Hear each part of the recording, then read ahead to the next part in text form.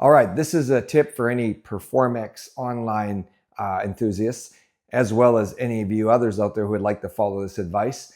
I want to go through some basic fundamentals in your training that I would really put at a high priority when it comes to the execution of your exercises. All right, let's get into it. Let's start with our feet, as we're using them in many exercises, and that is that our feet fundamentally are, our grounding. They're everything to our support. So no matter the exercise, whatever exercise it is you're on your feet, a majority of exercises you're on your feet, a lot are, in this sort of parallel position, or let's say shoulder width stance. So whether it's deadlifts, squats, clean press from our programs, I want everybody to notice not only are my feet parallel, let's say like you're in a set of skis, but you'll notice my arches. My arches are lifted.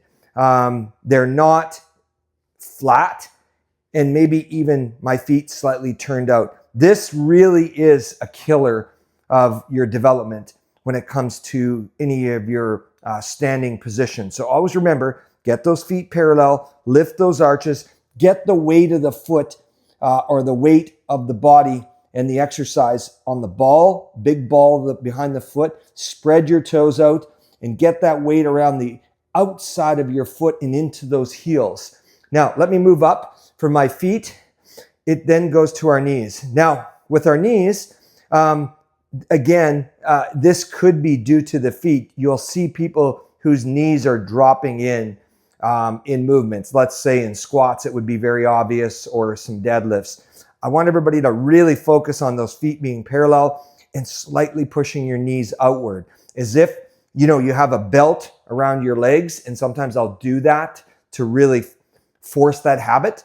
But you can also do this without the belt by just thinking and concentrating on your knees, slightly pushing outward so that you've got that force. Up from the feet to the knees, we start getting into this pelvis. And often many of you have understood that, our pelvis needs to be aligned. Well, if it helps, I'll show you from the side. We don't want to have our pelvis over tilted or, tucked, if you want to call it. So we just want to have that pelvic floor really horizontal on top, really aligned. And if you notice, to achieve this, you can see the knee. The knee is active. The legs are active. They're strong to support this. Imagine that I go to a locked leg. You can see I arch my back. My pelvis tilts. It's a weak position. We're not able to engage the core properly. So it's from this, strength of legs, this position, that many of your, let's say, overhead exercises, this is the foundation that's strong. Now, I said something about core. Remember, using your core is not like taking a punch. You don't tense it up so hard that you can't breathe and use your diaphragm for breath. Using your core is more subtle. Imagine, how some of you might hold your pee. Another one, like imagine walking into a very cold lake. That reflex to that cold water. It's subtle, and that is the kind of support you need from your core, and it's more internal. Okay, I'm going to work upward now. This is really important, and that is, if you look at the position of my spine, I'm carrying that mild S in my spine, right? So it all comes from the neck as well.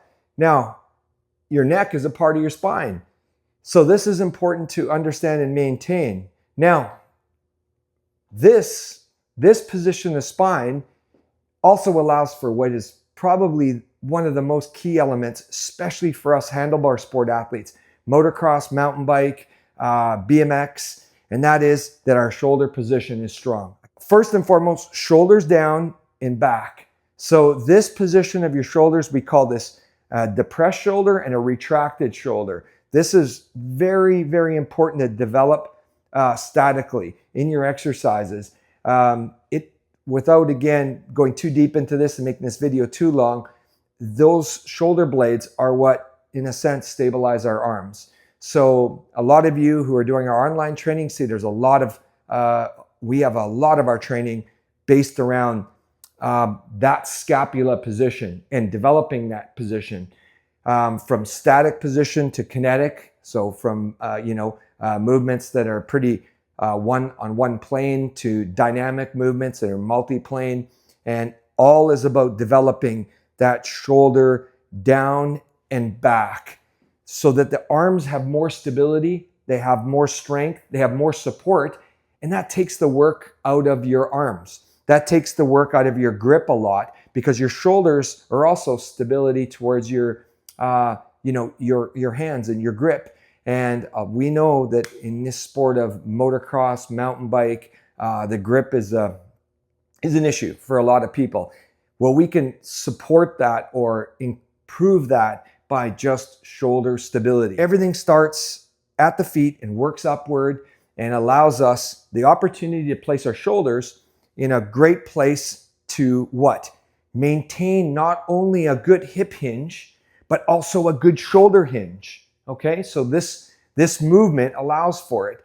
If we're doing, I'm going to use a demonstration right now. Here is the deadlift. So, an example I see often is people are coming up, and I'm not going to go through all the exercises, but I see people come in here and their, backs are rounded and their feet are kind of turned out and their chin is up, and this is a deadlift to them. I'm not trying to make fun of anybody, but I would rather not do any strength training if that is what you're developing. And on that note, remember, I don't follow a path of we're strengthening muscle groups. My focus is to strengthen movements that I think are key to the sports we participate in. How would I do it correctly? I would walk up to that deadlift bar. I would start first and foremost with those feet parallel, those arches high, those knees pushed out. At that point, you're able to really engage the lower body. Then I have the opportunity to hinge through the hip. And as you might notice, my neck is a part of my spine. So if I'm looking here, I'm looking here once I'm hinged. So once I grab the bar, everything is mechanically sound.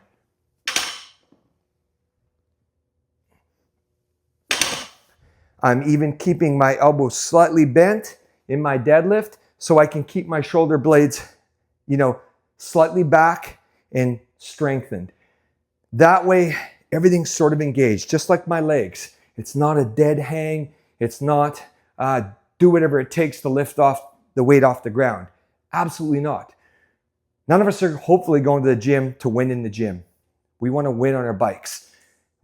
Long video, but I hope it helps some of you and make the most of your training.